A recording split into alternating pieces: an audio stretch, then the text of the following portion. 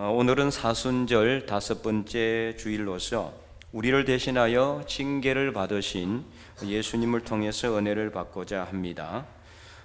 이제 이 사순절에 우리가 이사야 말씀을 통해서 하나님께서 미리 약속하신 메시아 예수님께서 어떻게 고난을 받으시고 또 어떻게 우리에게 구원을 주시는가에 대해서 우리가 지금까지 살펴보고 있는데요. 오늘 본문의 말씀은 이제 징계를 받으신 예수님입니다. 메시아 되시는 예수님께서 우리를 대신하여 징계를 받으신 것이죠. 이를 통해서 우리는 구원을 받게 된 것입니다. 예수님께서 우리 대신 징계 받으심으로 지금까지 우리가 살펴봤던 모든 고난을 다 받으신 거예요. 여러 가지 고난의 종류가 있었잖아요.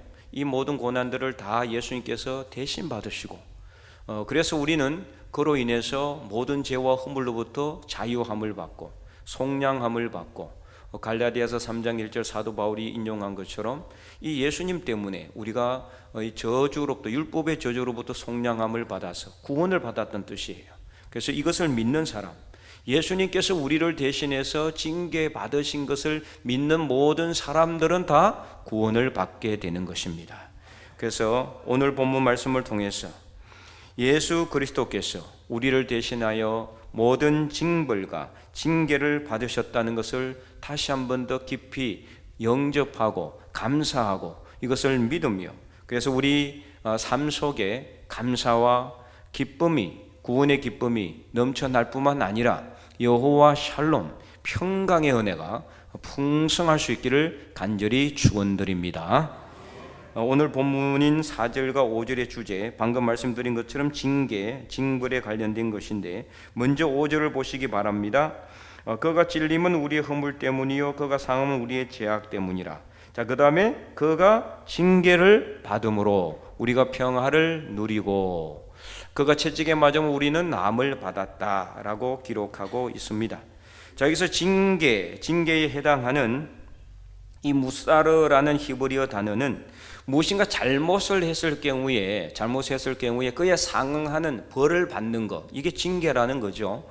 그래서 우리 잘못하면 징계 받잖아요. 징벌을 받든지.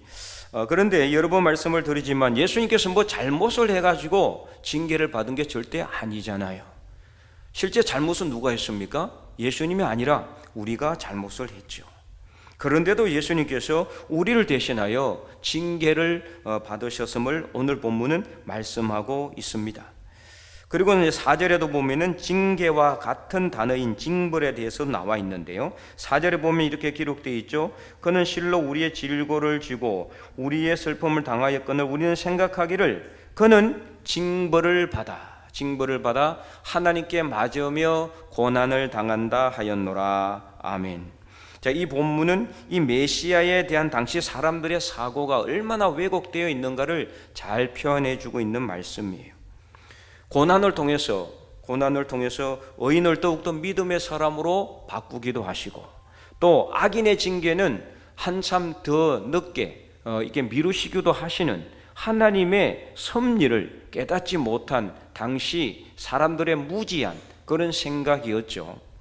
그래서 예수님께서 징벌을 받아서 고난을 당한다. 자기 죄 때문에. 결국에는 백성들이 자신들의 허물과 죄악을 예수님께서 대신 지시고 대신 징계를 받으셨음에도 불구하고 그 당시 사람들은 우리도 마찬가지죠. 우리도 예수 믿기 전에는 그렇게 다 생각했어요. 예수님이 잘못했기 때문에 자기가 잘못했으니까 징계를 받으시고 징벌을 받아서 십자가에 못 박혀 돌아가신 것이 아닌가 이렇게 생각을 하고 있다라는 거죠. 그래서 여기서 4절 후반절에 보면은 그는 징벌을 받아 하나님에게 맞으며 고난을 당한다 하였노라. 이 말씀은 예수님께서 십자가에 달리신 것을 당시 사람들이 보면서 그 사람들이 예수님이 자기 잘못 때문에 하나님으로부터 저주를 받아서 징계를 받아서 고난을 당한다고 단정했다라는 겁니다. 이 말씀은요 모세를 통해서도 하나님께서 이미 말씀을 하셨어요. 신명기 21장에 보면은 이 똑같은 내용이 이 저주에 관련된 내용이 나오는데요. 성경은 다 연결되어 있다 그랬죠. 구약 성경은 신약과 신약 성경은 구약과 그리고 이 구약과 신약이 다 똑같이 일치되게 통일되게 하나의 주제로 말씀하고 있는 것이 누구라고요? 예수님이에요. 그래서 구약 성경은 예수님에 대한 예언, 예수님에 대한 약속, 예수님이 어떻게 고난받을 것인가, 예수님께서 누구를 구원하실 것인가, 여기에 대한 모든 약속이 다 구약 말씀에 있어요. 신약에는 이 구약의 예언과 약속대로 이 땅에 오신 예수님께서 어떻게 고난을 받으셨는지를 생생하게 보여주고 있죠. 그리고 예수님께서 또 어떻게 십자가에 못 박혀 돌아가셨는지를, 그리고 성천하셨다가 이제는 다시 오실 예수님에 대해서 말씀하고 있는 것이 바로 성경이에요. 자, 그래서 신명기 21장 22절 23절에 보면은 이렇게 기록되어 있습니다. 사람이 만일 죽을 죄를 범함으로 내가 그를 죽여 나무 위에 달거든 그 시체를 나무 위에 밤새도록 두지 말고 그 날에 장사하여 내 하나님 여호와께서 내게 기업으로 주시는 땅을 더럽히지 말라. 자, 마지막에 한번 같이 읽어봅니다. 나무에 달린 자는 하나님께 저주를 받았음이니라. 아멘. 자, 이 나무에 달린 사람은 누구냐? 바로 흉악한 범죄예요. 흉악한 범죄인. 그래서 강도나 아니면은 살인을 했거나 이렇게 극악무도한 범죄를 행한 사람의 경우에는 그대로 죽입니다. 지금은 법이 너무 약해져 가지고 살인을 해도 뭐 이렇게 다 죽지도 않고 다 풀려나고 뭐 집행유예 받기도 하고 그러지만요, 당시에는 안 그랬어요. 그래서 살인을 했거나 강력한 범죄를 저질렀을 경우 다 죽였습니다. 예. 그래서 그 당시에는 그럼 죽이는 것만으로 끝나지 않았어요. 그 사람 어떻게 해요? 나무 위에 매달아 놓는 거예요. 나무 위에 달아 놓으면은 사람들이 지나가면서 뭐예요? 보는 겁니다. 그래서 경각심을 가지도록 하기 위해서.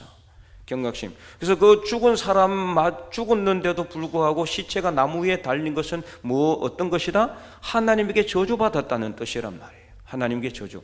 그래서 나무 위에 달린 자마다 저주를 받았다라는 이 말씀을 사도 바울이 그대로 어떻게 해요? 갈라디아 교회 교인들한테 예수님을 소개하면서 이 말씀을 그대로 인용을 했어요. 자, 그래서 갈라디아서 3장 1절에 보면은 이렇게 기록이 되어 3장 13절에 보면은 이렇게 기록이 되어 있습니다. 그리스도께서 우리를 위하여 저주를 받은 바 되사. 율법에 우리 한번 같이 읽어볼까요? 그리스도께서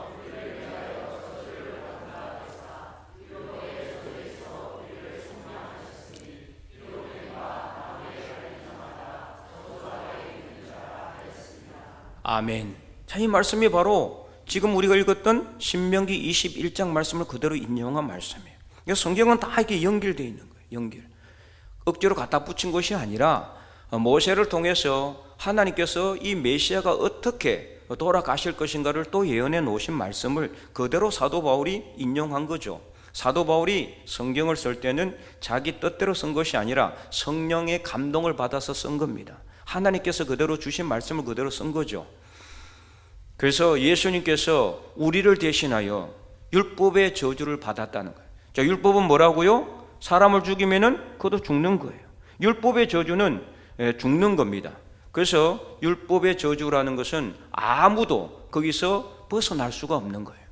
그렇게 따진다면은 죄를 지은 사람은 다 죽어야 되는 건데, 그렇잖아요? 근데 오늘 우리는 살아있잖아요. 왜요? 예수님이 우리를 대신하여 율법의 저주를 받았기 때문에.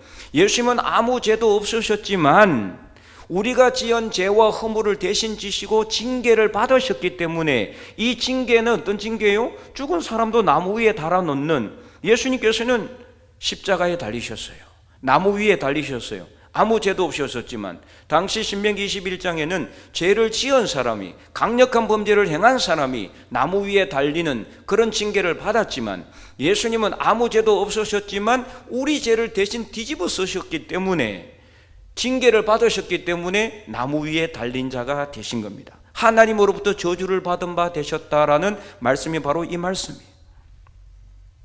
그래서 그리스도께서 우리를 위하여 저주를 받은 바 되사 율법의 저주에서 우리를 속량하셨으니, 속량이라는 건 무슨 뜻이에요? 해방되었다라는 뜻이에요. 자유롭게 되었다라는 뜻이에요. 자기 힘으로는 인간은 절대로 율법의 저주에서 해방되거나 자유롭게 될 수가 없어요. 오직 예수님께서, 아무 죄도 없으신 예수님께서 우리의 죄와 허물을 대신 지셨기 때문에, 우리 대신 징계를 받으셨기 때문에 우리가 율법의 저주에서 속량이 된 것이다. 속량하셨으니 기록된 바 나무에 달린 자마다, 신명기 21장 22절 23절 말씀을 그대로 인용해서 사도 바울이 예수님은 이런 분이라는 것을 소개하고 있는 것입니다. 그래서 우리는 예수님의 그 징계를 통해서 율법의 저주에서 해방되었고, 이것을 믿었기 때문에 오늘 우리는 구원받은 하나님의 백성들이 된 것입니다. 그런데도 당시 사람들은요, 이 예수님을 오히려 욕하고 조롱하고 멸시했잖아요. 십자가에 달리셨을 때 내가 만약 하나님의 아들이어든 내려와라, 내 힘으로 내려와라, 조롱하고 멸시했어요. 적반하장도 유분수 아닙니까? 도둑이 매를 드는 것과 똑같은 거죠. 잘못한 사람이 잘못하지 않는 사람을 나무라는 것과 똑같은 거 아닙니까? 자기들이 잘못해놓고 자기들의 죄와 허물 때문에 예수님이 십자가에 달리셨는데도 불구하고 예수님에게 조롱과 멸시를 퍼부었다라는 것입니다. 그러면 이렇게 예수님께서 우리 때문에 징벌을 받고 징계를 받음으로 우리는 무엇을 도대체 얻게 되었는가? 오늘 본문은 분명히 이렇게 말씀하고 있습니다. 자, 5절 중반절 말씀, 53장 이사야 53장 5절 중반절 말씀, 우리 큰 목소리로 한번 읽어볼까요? 그가 징계를 받음으로 우리는 평화를 누리고, 아멘. 평화를 누리게 되었습니다. 저기서 평화에 해당하는 히브리어 살로메뉴는 원형이 샬롬이에요. 샬롬. 많이 들어보셨죠? 여호와 샬롬이라고 그러잖아요.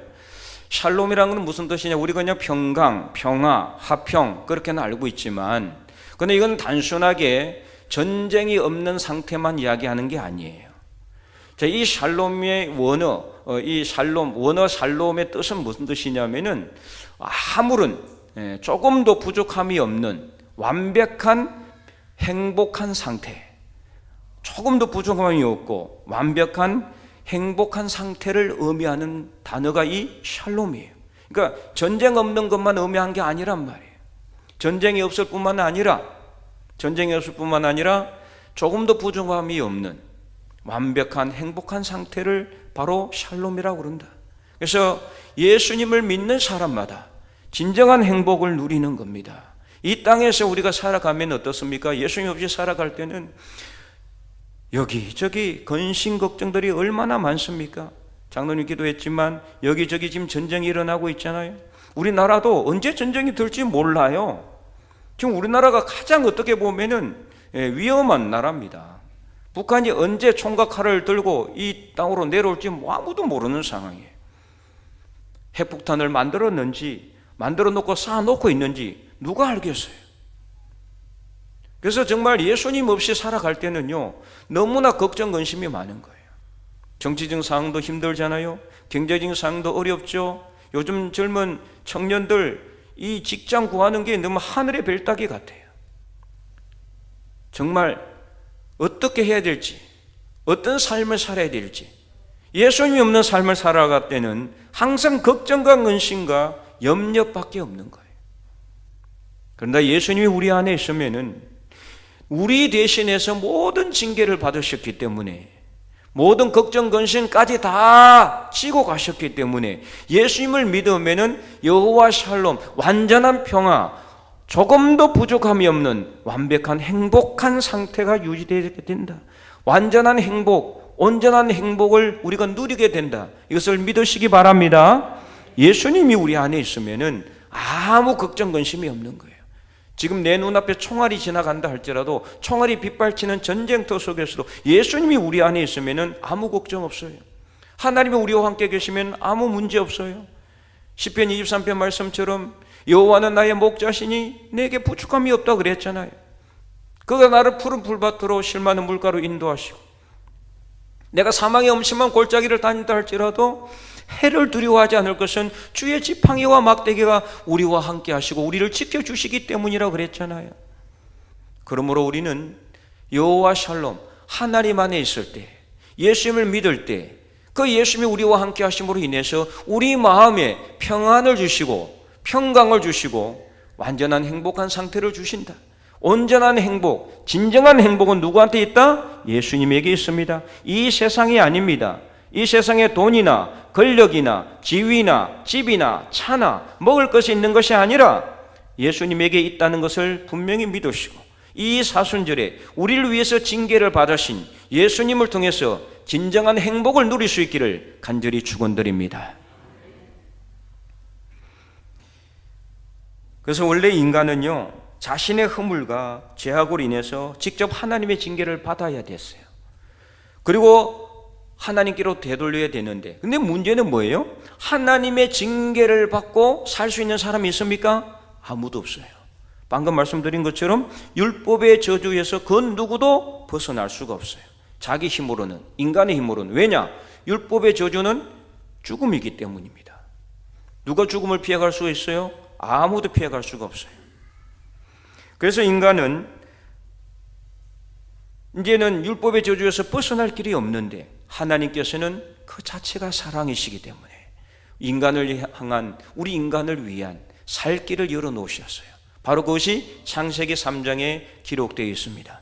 인류 최초의 범죄, 바로 그것이 하나님 말씀에 불순종한 사건이죠. 아담과 하와가 하나님의 말씀에 순종하지 않고 선악과를 따먹음으로 인해서 죄를 행하였습니다. 죄를 지었습니다. 그 죄의 결과는 무엇입니까? 죽는 겁니다. 왜냐? 선악과를 먹으면 너는 반드시 죽는다 그랬거든. 이게 율법이에요. 율법. 그 율법의 저주는 뭐다? 죽음이란 말이에요. 죽음.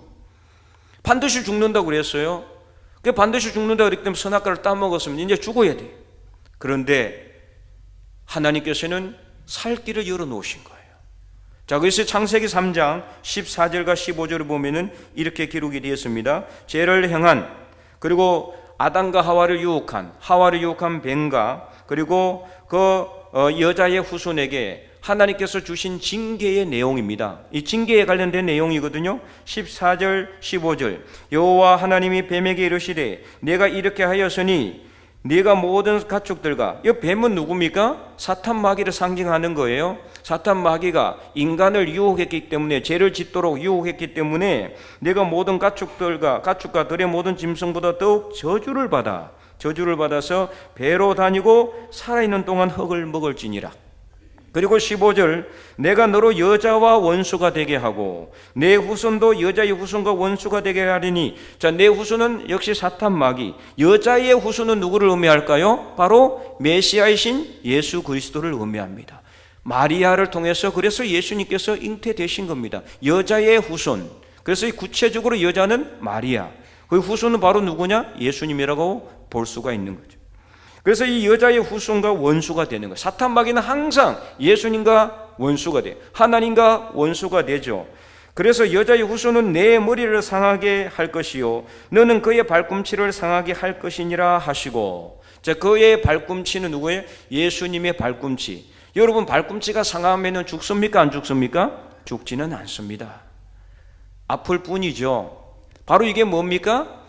지금까지 우리가 살펴봤던 예수님이 받으신 모든 징계의 내용들이에요. 멸시를 받으시고 조롱을 받으시고 모욕당하시고 침뱉음 당하시고 뺨에 맞으시고 손에 뺨을 맞으시고, 그리고 창에 찔리시고 가시관에 찔리시고 채찍에 맞으시고 십자가에 못 박혀 돌아가시기까지. 그러나 어떻습니까? 죽었습니까? 완전히 죽지 아니했죠. 그래서 발꿈치를 상하게 된 것입니다. 그러나 여자의 후손은 내 머리를 상하게 할 것이라. 사탄 마귀의 머리를 상하게 한다는 거예요. 여러분, 머리를 상하게 되면 어떻습니까? 죽는 거죠, 바로. 그래서 이것이 어떤 사건으로 일어났어요? 예수님이 십자가에 못 박혀 돌아가셨지만 3일 만에 부활하심으로 사탄 마귀 근세를 완전히 이기신 사건으로 여자의 후손인 예수님께서 뱀의 후손인 사탄 마귀의 머리를 상해 완전히 이기고 승리하신 이 예수님을 믿는 자마다 구원받게 된다는 것을 여러분 믿으시기 바랍니다. 바로 이것이 원시복음이라고 그러는 게, 인류 최초의 복음. 하나님께서는 죄를 범한 인간에게 그냥 그대로 징계를 해서 반드시 죽으리라 죽게 내버려 둘 수도 있었지만, 또 다른 인간이 아닌 다른 존재를 만들 수도 있었겠지만 그러지 아니하시고, 요한복음 3장 16절 말씀처럼 하나님이 세상을 이처럼 사랑하셨기 때문에 하나님께서는 인류 최초로 복음의 내용을 이미 창세기 3장에서 만들어 놓으셨고 우리 인간에게 살 길을 열어주셨다. 누구든지 그러므로 예수 그리스도를 믿는 자마다 멸망하지 않고 영생을 얻을 수 있는 길을 만들어 놓으셨다. 그래서 오늘 우리가 예수님께서 우리를 대신하여 징계받으시고 십자가에 못 박혀 돌아가심으로 우리가 지어야 될 모든 허물과 죄악과 근심과 걱정과 염려들이 다 사라졌다는 것을 믿는 자는 구원을 받게 된다는 이 복음의 내용을 여러분 분명히 믿으시고, 우리가 믿어서 우리만 은혜를 받을 뿐만 아니라 주변 모든 사람들에게도 전달하여 그들에게도 전하여 다 하나님의 백성들이 되는 그날이 속히 올 수 있기를 간절히 소망합니다. 그래서 우리가 이 복음의 내용을 우리는 이제 확실하게 우리 가슴에 담고 새겨야 돼요. 우리 머리로 기억하는 것이 아닙니다. 내 가슴에 담아야 돼요. 나를 위해서 징계받으신 예수님, 그 예수님을 나의 가슴에 담고 새겼어. 그 복음의 은혜를 우리가 누리고 살아가야 되는 겁니다. 이처럼 이 땅에 메시아로 오신 예수님께서 우리를 대신하여 하나님의 징계를 받으심으로 우리는 하나님께로 돌이킬 수가 있었고, 이를 통해서 하나님의 관계가, 하나님과의 관계가 완전히 회복되게 된 것입니다. 이 죄로 인해서, 아담과 하와의 죄로 인해서 하나님과 인간의 사이가 멀어졌고 관계가 깨어졌지만, 누구를 통해서요? 여자의 후손인 메시아이신 예수님을 통해서 예수님이 우리 대신 징계를 받으셨기 때문에, 발꿈치를 상하는 징계를 받으셨기 때문에 우리는 하나님과 다시 관계가 회복되게 된 것, 바로 이것이 진정한 뭐다? 여호와 샬롬입니다. 온전한 하나님과의 관계 회복, 이게 바로 샬롬이에요. 그래서 샬롬이라는 단어가 단순히 평화로운 상태만 의미하는 것이 아닙니다. 하나님과의 관계에 있어서 이 샬롬이라는 단어가 사용될 때는 하나님과 온전한 회복을 의미하는 단어로 쓰여졌습니다. 그러므로 여호와 샬롬은 그냥 평화, 전쟁이 없는 것만을 의미하는 것이 아니에요. 우리가 예수님을 온전히 믿음으로, 우리를 위해서 징계받으신 예수님을 온전히 믿음으로 하나님과의 온전한 관계가 회복되는 것, 이를 통해서 완전한 행복, 진정한 행복을 누리는 것, 기쁨과 감사를 누리는 것, 바로 이것이 여호와 샬롬이에요. 그래서 우리가 예수님이 우리 대신 징계를 받으심으로 우리는 샬롬, 평화를 얻게 되었다는 것을 우리는 분명히 아시기 바랍니다. 이상을 통해서 우리는 메시아이신 예수님께서 우리를 통해 우리를 위해서 징벌과 징계를 받으심으로 평화를 누리게 됐다는 것을 알게 됐는데요, 지금 이 시대는 전쟁의 시대예요. 장로님 기도를 했지만은 지금 온 전신의 전쟁 아닙니까? 미국과 이란과의 전쟁, 또 이스라엘은 미국의 등을 얻고 또 전쟁하고 있죠. 우크라이나 러시아 전쟁은 아직 끝나지도 않았죠. 세계 곳곳에 전쟁의 소식이 들려오고 있습니다. 그리고 눈에 보이지 않는 전쟁도 여기저기 일어나고 있습니다. 지금은 거의 경제 전쟁 시대예요. 그래서 내 유익과, 내 나라의 유익과, 내 나라의 국익, 이거 최고예요. 다른 사람은 넘어지든 엎어지든 상관 안 해요. 지금은 거의 약육강식의 시대입니다. 그래서 잘 사는 나라는 더 잘 사고, 잘 사는 사람은 더 잘 살고, 못 사는 나라는 못 살고, 못 사는 사람은 더욱더 못 사는, 이런 시대에 지금 우리는 살아가고 있습니다. 국내 정치도 그렇잖아요. 국민들의 유익과 국익보다는 철저하게 자기 편에 분리하면 힘없는 쪽을 무자비하게 압제하고 제거해버리는 이런 힘의 원리가 작용하는 시대에 우리는 살아가고 있습니다. 왜 이런 일들이 일어나고 있습니까? 하나님과의 올바른 관계, 온전한 관계가 이루어져 있지 않기 때문입니다. 여호와 샬롬이 없기 때문입니다. 근력만 있고 지위가 높으면 행복할 것 같죠? 그들이 과연 행복할까요? 매일매일 두려움 가운데 살지 않겠어요? 평안이 없는 겁니다. 여호와 샬롬이 없어요. 왜요? 예수님을 온전히 모시지 못하기 때문에, 예수님을 온전히 믿지 못하기 때문에. 그들이 왜 그런 행태를 하고 있을까요? 하나님을 온전히 믿지 못하기 때문에 그렇고, 예수님이 그들의 삶의 자리에 없기 때문입니다.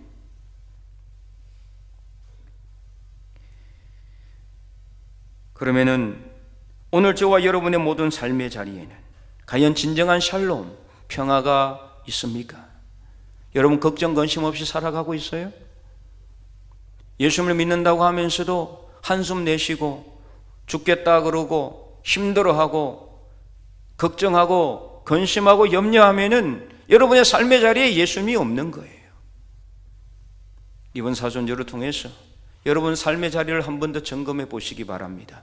내 삶 속에 진정한 평화가 있는가? 예수님이 살아계시는가?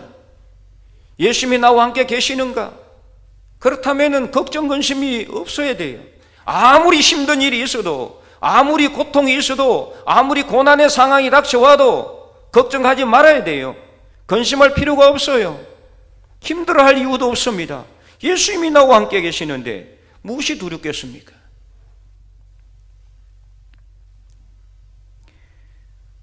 사랑하는 성도 여러분, 우리의 허물과 죄악을 대신하여 징벌을 받으시고 징계를 받으신 예수 그리스도를 여러분의 모든 삶의 자리 위에 진정으로 모셔드릴 수 있기를 바랍니다. 어떻게 하는 것이 예수님을 모셔드리는 것일까요?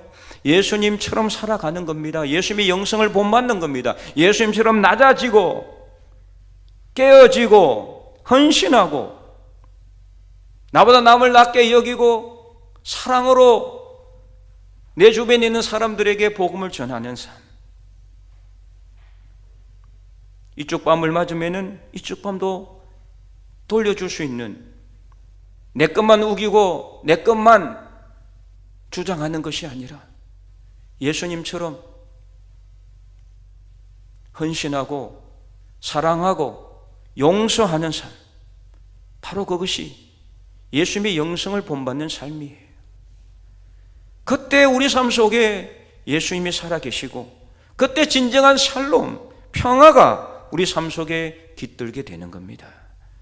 그러면 하나님과 관계가 온전히 회복되면요, 여러분, 세상의 모든 문제는요, 하나님과의 관계가 회복되면 다 끝나게 되는 겁니다. 온전히 해결되게 되어 있습니다. 내가 힘들어서 막 이렇게 힘들고 애쓸 필요가 없어요.